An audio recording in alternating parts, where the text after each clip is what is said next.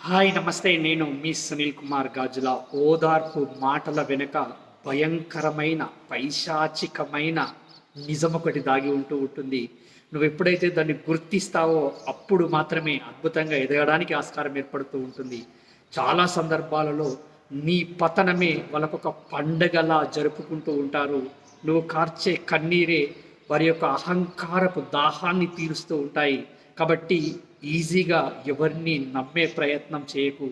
మరీ ముఖ్యంగా నువ్వొక విద్యార్థిగా ఉంటున్నా సరే, ఒక ఉద్యోగిగా ఉంటున్నా సరే, నీకు సంబంధించిన ప్రతి విషయాన్ని అందరితో చెప్పుకోవాలి. చెప్పుకుంటే ఆ విషయంలో నుంచి, ఆ బాధలో నుంచి బయటకొస్తాను అనే విషయం గురించి అందరికీ షేర్ చేసుకునే ప్రయత్నం చేస్తూ ఉన్నప్పుడు, వాళ్ళు చూపెట్టే ఓదార్పు కోసం నువ్వు వారికి చెప్పే ప్రయత్నం చేస్తూ ఉంటే, నీ జీవితంలో నువ్వు ఇంకా దిగజారిపోవడానికి ఆస్కారం ఏర్పడుతూ ఉంటుంది. సమస్యలు లేని వ్యక్తి లేడు.